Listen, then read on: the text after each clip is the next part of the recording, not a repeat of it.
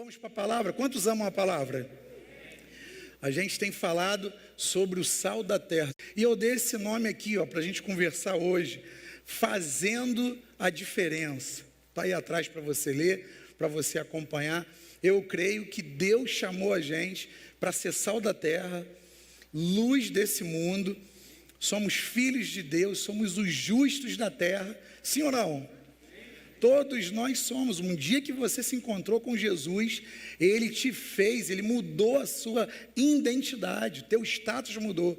Você passou você era inimigo de Deus e você passou a ser filho de Deus, amigo dEle, e agora Ele não te larga nunca mais. Poxa, fraquinho, gente. O próprio Deus não vai largar a gente nunca mais. E 3 pessoas falaram assim, aleluia. Vou falar de novo, Deus não vai te soltar nunca mais, irmão. Isso que eu acabei de afirmar aqui está dentro de João, do texto de João, que fala que Jesus não vai perder nenhum que o Pai deu para ficar com Ele. E nós somos o povo de Deus, nós somos os filhos de Deus. E Jesus, o texto que a gente começou a usar, tanto o Baroni como a Lília, eles falaram de Mateus 5,13. Interessante demais esse texto.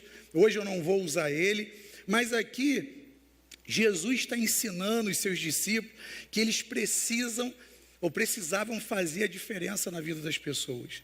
Jesus primeiro ele faz uma afirmação e veio certinho. Ele afirmou aqui para a gente quem nós somos. Vós sois o quê? Sal da terra. Ele afirmou com os discípulos também. Ele afirmou falando, Jesus falando para os discípulos, vós sois o sal da terra. É uma afirmação. A pessoa pode até não querer aceitar, mas se ela veio para o reino de Deus, Jesus está afirmando que as pessoas agora nele são o sal da terra. Isso ele fala em Mateus 5, verso 13. Quando chega no 14, eu estou com a minha Bíblia aqui aberta, ele fala, vocês são a luz do mundo. Gente, sal, luz. Jesus está usando aqui elementos para poder fazer uma aplicação pessoal para a gente. Para falar assim, vocês têm uma missão, vocês têm um dever.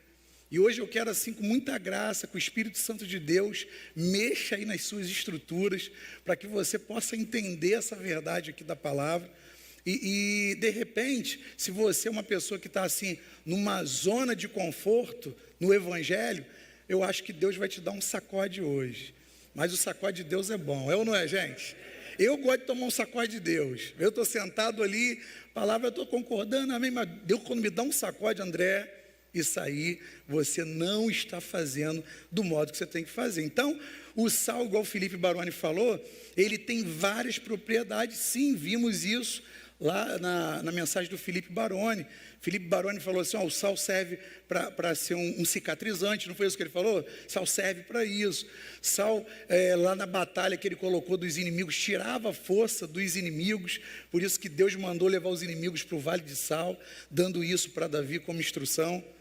Então ele foi falando das propriedades do sal. Porém, para mim, eu respeito se você tem uma visão diferente, a mais importante é dar sabor. É ou não é? O sal realça o sabor. Onde ele encosta, se você souber dosar ele, ele vai fazer a diferença, vai fazer a diferença para o positivo.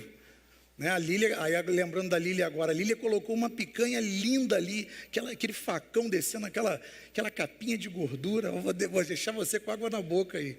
Mas imagina aquilo sem sal. Aquilo sem sal perde um pouco do brilho. Então o sal ele faz a diferença aonde ele cai. E Jesus faz essa afirmação muito poderosa. Vós sois o sal da terra. Os discípulos escutaram isso e eles ficaram assim tentando entender. Mas se a gente trocar a palavra, hoje eu vou trocar essa palavra sal, esse elemento que Jesus usou, para colocar isso aqui, vós sois os justos da terra. Você consegue... Jesus, ele fez isso com a gente. Ele mudou a nossa identidade. Mas você consegue olhar para essa palavra justo da terra e se ver como um justo? Quantos conseguem? Ó, nem todo mundo levanta a mão, porque às vezes a palavra sal pode cair até bem. Não, eu vou temperar esse mundo aí fora. Mas justo, pastor, o senhor não me conhece, mas eu sei dos meus erros. Eu sou justo nada, pastor. Eu mando bola fora demais aí, eu erro demais. Mas o próprio Jesus me justificou e justificou você, ele justificou a igreja. Olha aqui, eu coloquei aqui para você, Romanos 3, 24.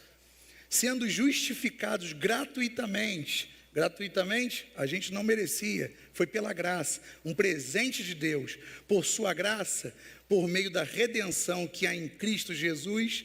Ele fala aqui, ó, logo, assim como por meio da desobediência de um só homem, ele está falando aqui de Adão, muitos foram feitos o quê? Pecadores. Essa era a nossa identidade, antes de Jesus pagar o preço na cruz.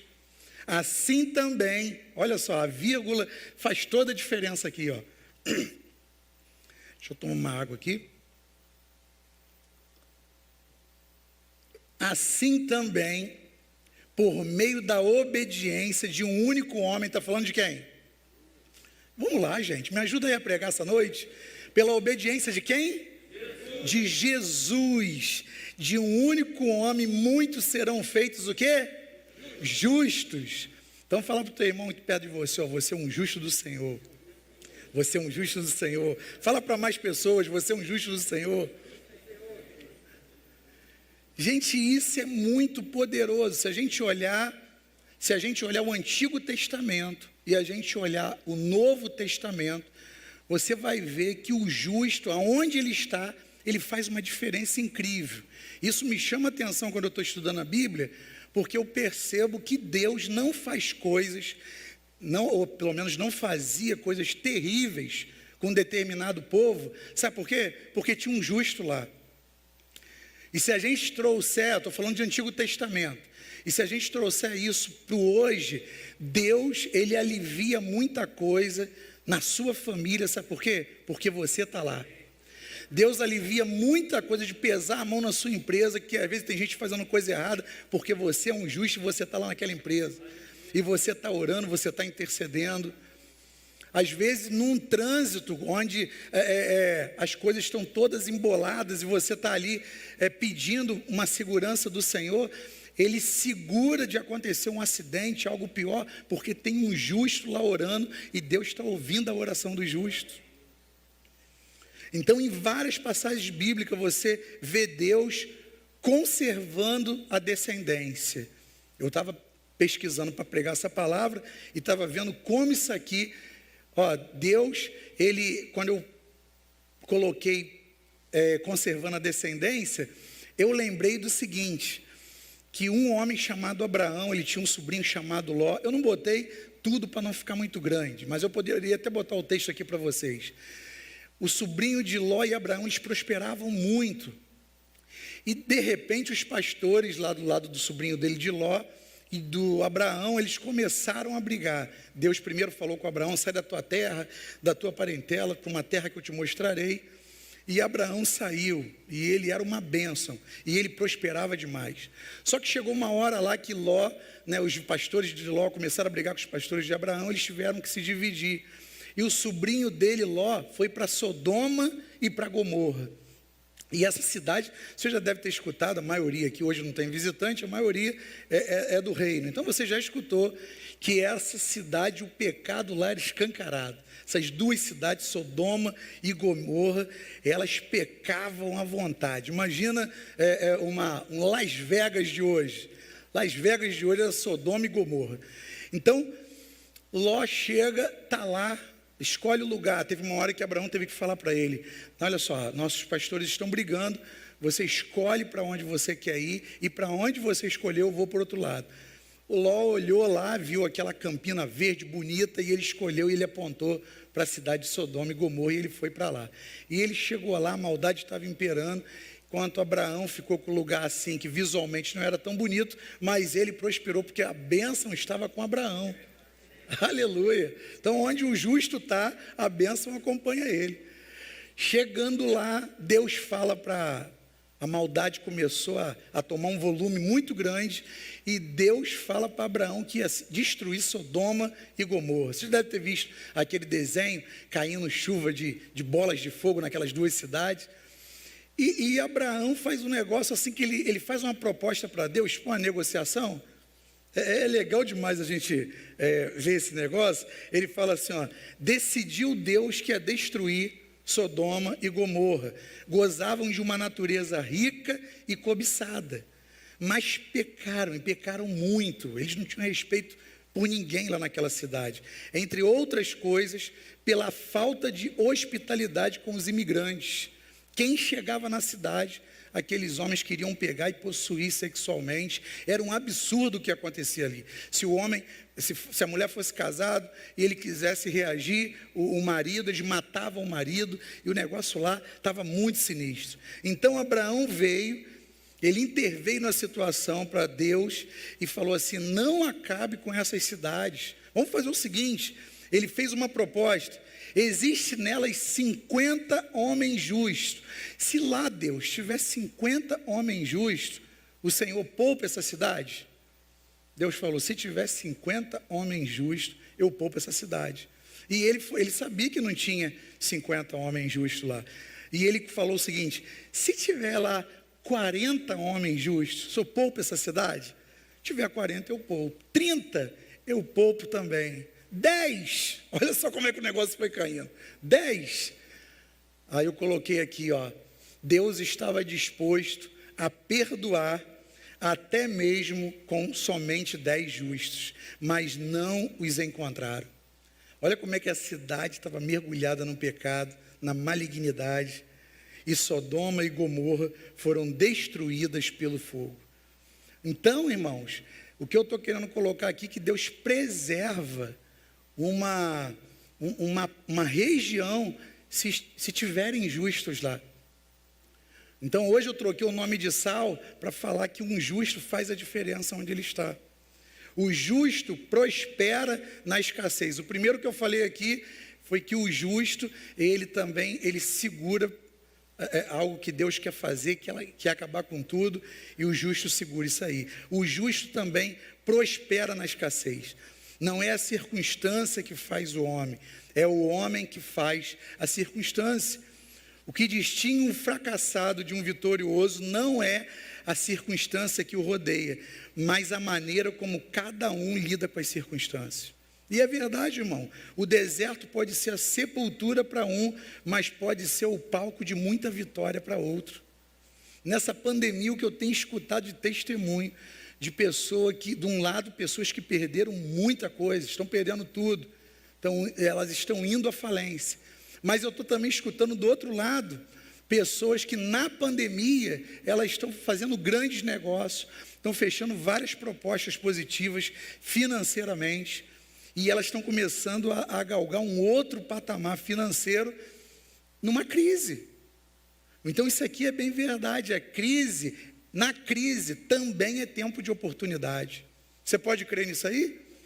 Se você é um justo, se você tem direção do Espírito Santo para a tua vida e pede revelação do que você não vai sair fazendo, só porque você é um cristão, você é um justo, mas se você anda na direção do Espírito Santo, você vai pedir direção ao Espírito Santo e ele vai te dar revelação do que você tem que fazer no momento de crise.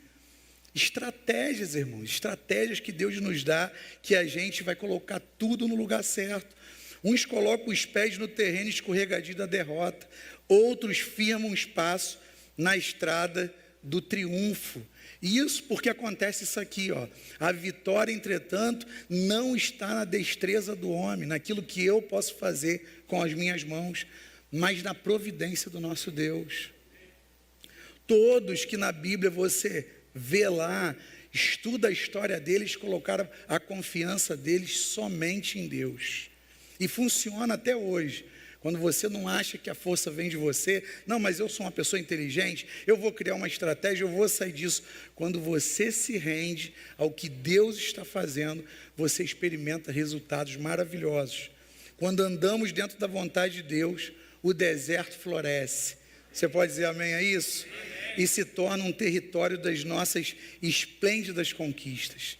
Isso a gente já está escutando por aí. Moisés, ele era um justo, ele experimentou prosperidade no deserto, porque ele era um homem visto por Deus como um homem justo, um homem que amava Deus, um homem que amava o povo. Então, no tempo de escassez, o justo também, ele é preservado. Outro ponto também, Deus ouve a oração do justo. Glória a Deus. Você pode dar glória a Deus isso aí? Eu coloquei o texto aqui para ler junto com você, de Tiago 5, 15 e 16, diz assim, a oração feita com fé curará o doente, o Senhor o levantará, e se houver cometido pecados, ele será perdoado, a pessoa. Isso tudo porque a oração do justo tem esse poder. Portanto, confesse os seus pecados uns aos outros, e ore uns pelos outros para serem curados. Por quê? Porque a oração de um justo é poderosa e eficaz. Aleluia, irmão. Se você se vê como um justo, e você tem que se ver mesmo, quando você ora por alguém, você pode falar com autoridade, ó, a tua situação vai mudar porque eu orei por você. Você é corajoso para fazer isso? Eu às vezes faço uns negócios desse assim, eu saio de lá, Senhor, me dá esse aval aí, Senhor. Eu falei na unção do Espírito Santo e daqui a pouco, passa alguns dias e daqui a pouco eu recebo o relato. Rapaz, você orou aqui, você deu aquela palavra para mim e o negócio aconteceu conforme você orou. E não é a minha oração, irmãos, é a fé da pessoa que ela toma posse e ela recebe. Eu estava numa igreja pregando um aniversário, Priscila estava comigo lá. Na hora da pregação, de vez em quando acontece comigo, na hora da pregação, Deus falou assim comigo, André, ora por cura de enfermidades aqui, que eu vou curar pessoas aqui. Eu parei a pregação não estava indo nessa linha, eu fiz um parênteses assim, eu falei, tem alguém aqui que está precisando de cura no corpo físico? Deus quer curar agora, fica de pé agora. Irmãos, Deus já tinha me mostrado que tinha várias pessoas precisando de cura física ali. Uma pessoa levantou, e eu fiquei esperando, falei, que isso, uma igreja que não tem ninguém precisando de cura física? Uma irmã olhando para um lado e para o outro, assim ela levantou, falei, minha irmã, fica de pé aí que você vai receber sua cura agora. E eu fiz uma oração simples, Deus já tinha me dado o comando que Ele ia curar. Ela levantou, eu orei por ela, e se tivesse levantado 5, 10, eu ia orar por os 10, e os 10 iam ser curados, porque era o comando de Deus. Aí passou 2 dias, um pouco mais, o pastor, olha o testemunho, o pastor da igreja que eu fui pregar, ele falou, olha o testemunho que a irmã deu aqui. Ela falando para mim, que ela falou assim, pastor, eu sabia que tinha gente ali enferma, que não tinha coragem de levantar, e não levantar. E eu fiquei olhando, mas eu estava enferma, pastor. E eu tomei coragem, eu falei, não, se Deus falou para o pastor que ele vai curar, eu vou receber minha cura. E ela recebeu a cura dela. Ela foi curada naquela hora, porque isso é Deus que faz, Ele ouve a oração de um justo que é poderosa, que é eficaz. E esse justo somos nós, eu e você. Então, quando você orar, creia que o que você está orando vai acontecer. Você repete comigo? Vai acontecer. Porque aquilo que um justo diz, aqui na terra, é ligado no céu. Aleluia! Glória a Deus. 2 Coríntios 2,14, eu gosto demais desse texto. Eu não coloquei ele para a gente ganhar tempo, mas diz assim, ó, mas graças a Deus. 2 Coríntios 2,14, se você quiser, você anota aí. Que sempre nos conduz vitoriosamente. Gente, tem muito crente, na pandemia então é o que mais tem, andando cabisbaixo, que vai ler esse texto aqui, vai ler só por ler. Espera aí, mas graças a Deus que sempre me conduz vitoriosamente, eu só estou andando em derrota. Não, queridos, não é assim. Você tem que incorporar esse negócio aqui, esse negócio é para você. Ele sempre me conduz vitoriosamente, em Cristo, e por nosso intermédio exala em todo lugar a fragrância de Cristo, o bom perfume do nosso Salvador. Eu gosto demais desse texto, porque para Deus somos o aroma de Cristo entre os que estão salvos e aqueles que estão perecendo. É o bom perfume, querido, onde eu e você, onde nós chegamos, nós fazemos a diferença. Se não está fazendo a diferença, tem alguma coisa errada. E por isso que eu falei para você, Deus vai te dar uma chacoalhada aí só para botar as coisas no lugar. E você vai ver que quando Ele colocar tudo no lugar, você vai começar a dar esse retorno. Aonde você chegar, o pessoal vai sentir esse aroma suave do Espírito Santo, mudando o ambiente, cuidando pessoas, libertando pessoas, porque Deus te fez para isso, Deus te fez com um propósito. Deus não fez você para você ser mais um número, não, mais um crente. Eu gosto de falar isso, não. Ele te fez um mais que vencedor nele, um filho de Deus, para você ajudar na salvação da humanidade. Olha, aleluia, como é que é fraco. Aleluia é fraco, porque dá trabalho. Não, o irmão falou aqui, mas o aleluia da igreja tem que ser mais forte. Sabe por quê? Porque Deus, Ele não salvou a gente sem propósito. Há propósito para salvar a tua vizinhança. Há propósito para salvar a tua família, aqueles que não conhecem Deus ainda. Há propósito para salvar aquele que senta contigo do lado ali na condução, que você não conhece, mas você puxa um assunto só para introduzir o reino de Deus.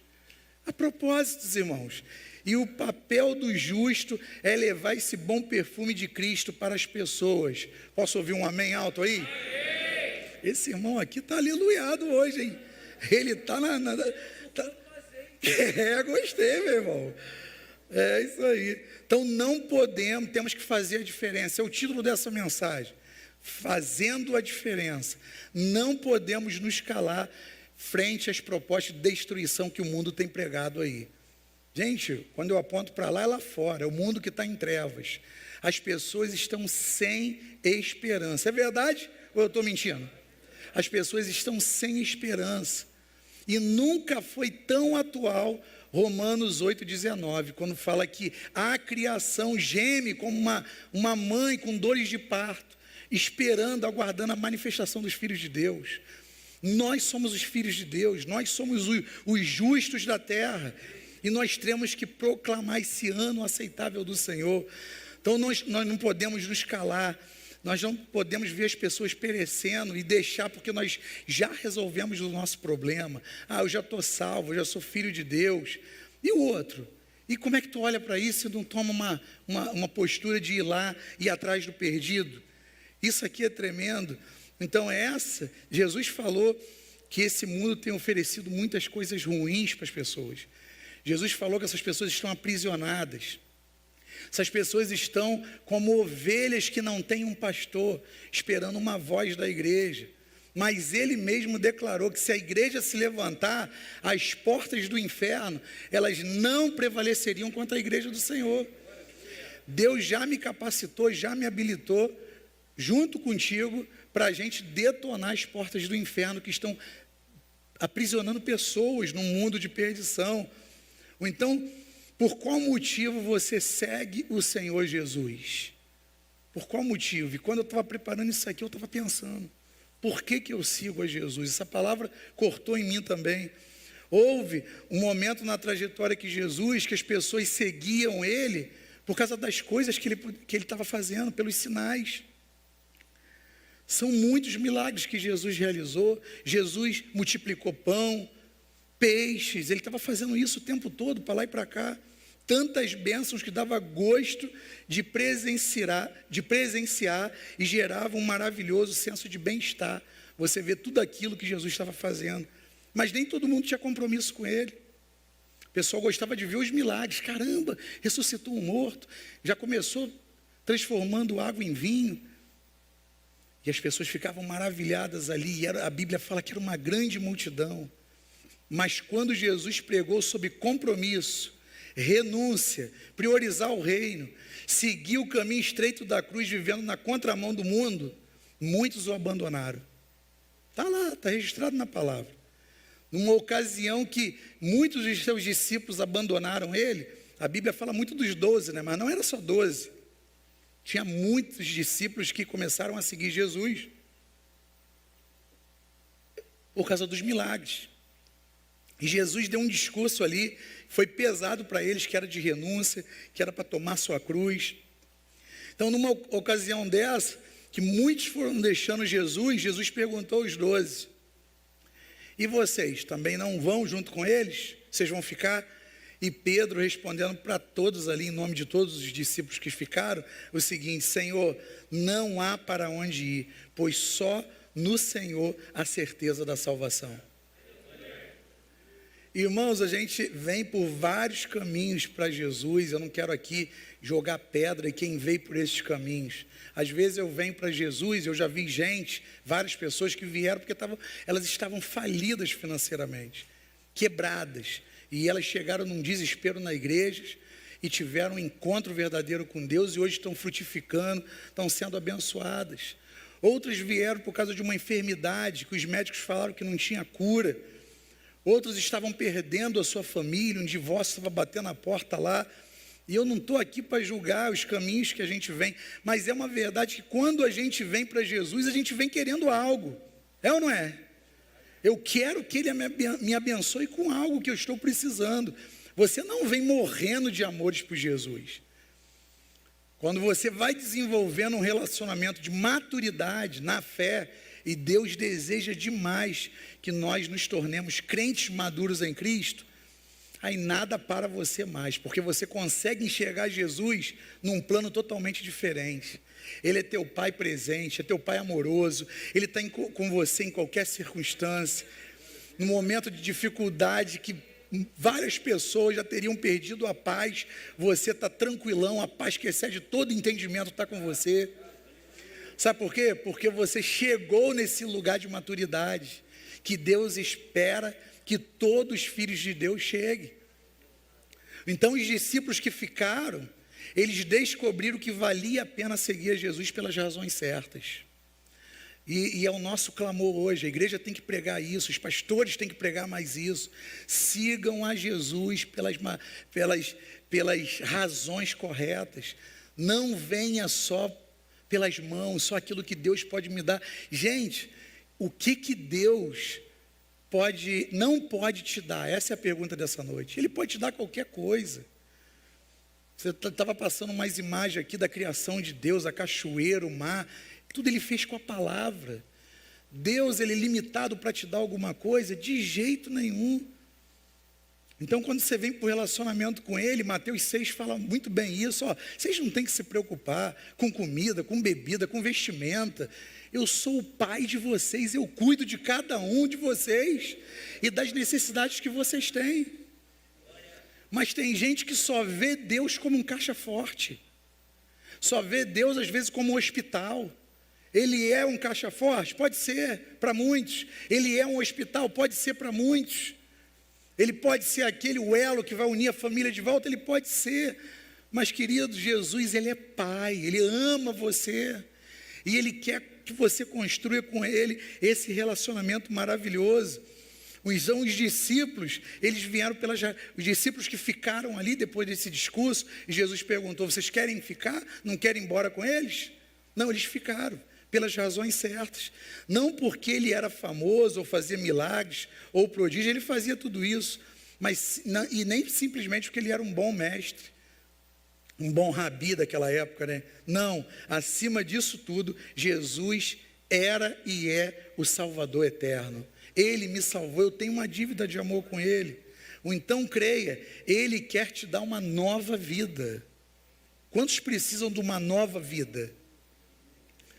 Às vezes a vida que você está levando, você não quer essa vida desse jeito. E você não vê jeito do negócio melhorar. E hoje é o teu clamor: pastor, eu preciso de uma nova vida. Eu estou na nova vida e eu preciso de uma nova vida. E Jesus, Ele quer te dar uma nova vida. Ele quer te dar uma vida de conquista, de realização. Eu não estou pregando uma graça barata aqui não, irmãos. É porque andar com Deus é assim. Eu vim para que vocês tenham vida e a tenham em abundância. Quem falar contra o que eu estou falando aqui é porque não leu Bíblia. A proposta de Jesus é a gente avançar, é para a gente crescer. Ou então a fé na palavra de Jesus conduz-nos a uma vida plena com Deus até a eternidade. Já começou aqui, o processo de eternidade na nossa vida já começou aqui. Eu às vezes penso, que eu vou morrer, aí vou começar eu vou começar uma outra etapa, mas já começou, irmãos. O teu espírito, quem você é, de fato, já começou a viver a eternidade com Cristo. Então a proposta de Jesus é: meu filho, minha filha, reine em vida. Reine em vida, não aceite qualquer vida, porque eu fui para uma cruz por você. Eu paguei um preço de sangue por você. Então, se as coisas não estão funcionando, você tem que se desesperar. Uma vez eu entrei na porta da Universal, só para olhar lá dentro uma reunião. Eu nunca fui numa reunião da Universal. Aí me deu uma curiosidade e entrei na porta assim. Vi o irmão lá, estava pregando, eu entrei na porta. Sabe qual era a placa grandona lá, daquela reunião? Os revoltados. Eu falei, os revoltados? Que título é esse? Aí eu gostei, fiquei um pouquinho, era o pastor falando, você não deve aceitar uma vida medíocre, você não deve aceitar uma vida que não acontece nada, não tem manifestação de Deus, você não deve aceitar, você é filho de Deus. E eu estava lá na porta, eu vibrei, falei, vou botar essa série lá na igreja, os revoltados. Mas não é revoltado com Deus, gente, porque Ele é o nosso remédio. Ele é a mão estendida que a gente tem que segurar. É revoltado com a circunstância e com Satanás. Essa é uma revolta saudável. Quantos estão me entendendo aqui essa noite? Essa é uma revolta saudável. E cumprir esse propósito de fazer a diferença na vida das outras pessoas é parte da chamada de Deus para todos os filhos de Deus. Ah, é só para o pastor. Não é só para a liderança da igreja. Não, é para todo filho de Deus. Diga assim, ó, é para mim. Fala de novo, é para mim. Por isso que eu quero que você entenda, eu quero que você saia daqui com essa semente essa noite. É para mim, sal da terra, luz, sou o justo da terra, eu tenho que fazer a diferença. Entenda isso, por favor. Deus conta com cada um de nós para a proclamação do Evangelho. E você não precisa justificar para mim, pastor, mas eu não entendo de Bíblia, eu não consigo decorar os versículos. Não, você, se precisar, você vai usar a Bíblia.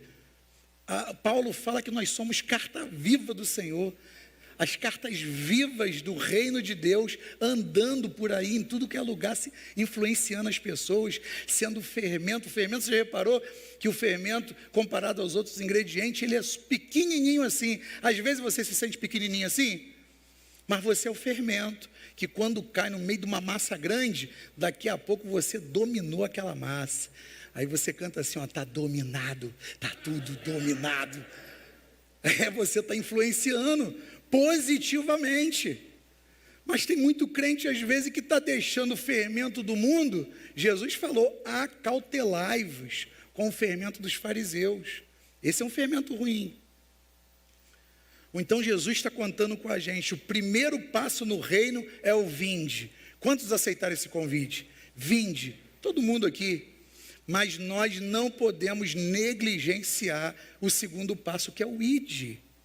E quando eu escutei há muitos anos esse ide, e eu olhava assim os missionários lá na África, lá na Angola, Moçambique, e eu falava assim, mas esse ide aí não é para mim, porque eu não tenho aqui algo de Deus me dando uma direção para eu ser um missionário no campo. Querido, esquece isso aqui é um erro de interpretação. O id, ele pode ser na sua vizinhança, o id pode ser onde você trabalha, onde você estuda, todo lugar que você vai, o id pode estar sendo, ministrado através da sua vida. Quantos estão entendendo? É através da sua vida. Então, não podemos negligenciar esse id, homens corajosos, sabe por quê? Você deve ter escutado aqui já várias mensagens contando a história de vários heróis da fé, mas eu quero me ater aqui aos discípulos. Depois que Jesus morre, ressuscita, Atos capítulo 2 acontece, eles são cheios de Espírito Santo e ali a igreja começa. Homens corajosos perderam suas vidas em prol dessa causa. A gente tem uma dívida com esses apóstolos. Eles colocaram um fundamento muito poderoso que não se perdeu. Prova disso é que eu e você, nós estamos aqui por causa desses apóstolos. Você sabe como é que Pedro morreu? De cabeça para baixo, crucificado. Que ele falou que ele não era digno de morrer igual a Jesus. Sabe como é que o apóstolo Paulo morreu? Cortaram a cabeça dele. Jogaram o apóstolo que viveu mais, foi João, lá na ilha de Pátmos. Mas antes de ele chegar lá e ficar e receber a revelação do Apocalipse, jogaram o apóstolo João dentro de uma caldeira fervendo. nós temos uma dívida de amor com esses homens também. Não, esses homens não permitiram que a chama do evangelho apagasse, mesmo quando isso estava assim, custar a própria vida deles. Não, eu não vou retroceder, eu vou avançar. Se continuar pregando o nome de Jesus, a gente vai matar vocês. Na hora eles ficavam assim só escutando. Quando saía dali, o ID já começava a acontecer, começava a pregar. Os homens não tinham medo. Olha o relato de Paulo aqui, olha o que ele diz nessa carta aos Coríntios aqui. Sinto-me feliz em dar-me a mim mesmo, a vocês, e também tudo quanto tenho para o seu bem espiritual. Gente, eu fico maravilhado. Eu estou percebendo aqui a unção de Deus fluindo aqui na minha vida. Para te falar isso, nós temos uma dívida com esses apóstolos de fundamento. Nós não podemos ser uma igreja que vai negligenciar o ID. E para isso, então, eu queria fazer algumas perguntas de nivelamento. Perguntas de nivelamento. Você não vai responder para mim. Eu já fui enquadrado aqui nessas perguntas aqui quando eu estava fazendo. Mas eu quero que você, junto comigo, leia essa pergunta lá. E eu coloquei na primeira pessoa de propósito. Eu estava escrevendo como se fosse para mim, para eu poder fazer uma avaliação.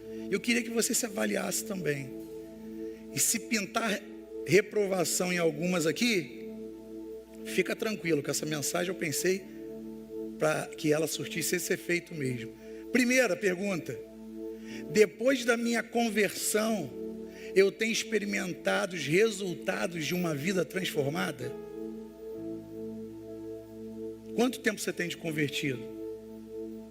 Se eu fosse falar da minha vida, eu tenho 30 anos de convertido. Ao longo dos 30 anos, aí eu vou colocar 30 anos de convertido, será que eu estou experimentando os resultados de uma vida transformada por Deus? Não é para você falar para mim, é para você avaliar. Será que eu estou experimentando? Ou nada mudou depois da minha conversão? Se nada mudou, tem alguma coisa errada. As pessoas com as quais convivo percebem através das minhas atitudes que sou verdadeiramente uma nova criatura? Será que a gente fosse entrevistar as pessoas que convivem contigo? Fulano, você vê aí na vida da pessoa, do Alex, do Pedro, da Priscila, do Maurício, verdadeiramente essa pessoa é uma nova criatura? O que as pessoas iam falar de você? É para a gente pensar. Estou sendo uma boa influência na vida das pessoas que convivem comigo? Ou você é filho desencapado? Quem convive com você quer distância. Gente, a gente não pode ter um evangelho só de teoria. Você pode recitar 1000 versículos bíblicos. Você só pode saber a Bíblia de Gênesis a Apocalipse. Mas se não tiver amor, você pode estudar grego, hebraico, você pode saber oratória, você pode chorar aqui, encenar. Se não tiver amor, de nada vale. Então pensa nisso aí. Eu estou sendo uma boa influência na vida das pessoas que convivem comigo?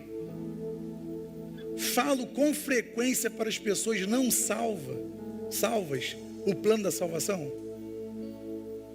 Eu sou um divulgador do evangelho de verdade? Opa, eu vi que não é salvo, eu tenho um compromisso com Deus em primeiro lugar, e eu tenho um compromisso com os apóstolos de fundamento, em falar desse evangelho que custou a vida desses homens. Será que eu estou falando com frequência para as pessoas não salvas? Levo a sério a meta de convidar pessoas para irem comigo à igreja? Isso aqui é um desafio para todos nós, gente. Eu tomei uma enquadrada disso aqui, violenta, porque a gente não escapa desse negócio. Vê, olha quantos lugares aí perto de vocês estão vazios. Olha aquela ala ali, ó, quase toda vazia. Sabe por que está vazia? Sabe por quê? Porque a gente não convida. Porque a gente não faz um propósito. Essa semana eu vou levar uma pessoa. Esse mês eu vou levar tantas pessoas. Eu não sou a pessoa que vai convencer. Isso é trabalho do Espírito Santo. Mas eu vou marcar o encontro. eu vou levar essa pessoa, e essa pessoa vai escutar a palavra, vai ver o mover de Deus naquele lugar, e ela vai se converter. Querido, às vezes a gente está orando por pessoas que a gente gosta, mas a gente não convida, a gente não tem uma meta. E vai chegar um dia, isso aqui não é para te aterrorizar, vai chegar um dia no grande tribunal, que o próprio Deus, ninguém vai escapar disso, nem ímpio, nem o piedoso. Deus vai falar assim no grande tribunal dele, está em Coríntios isso: mostra-me as suas mãos. O que você fez com a vida que eu te dei? O que você fez com a missão que eu te dei? E o que a gente vai ter para mostrar a Deus? Ah, Senhor, resolvi meu problema. Eu me salvei naquela pregação do pastor tal, e ali eu virei um agente secreto. Não tem lugar para agente secreto no reino de Deus. As pessoas têm que saber que você é de Deus.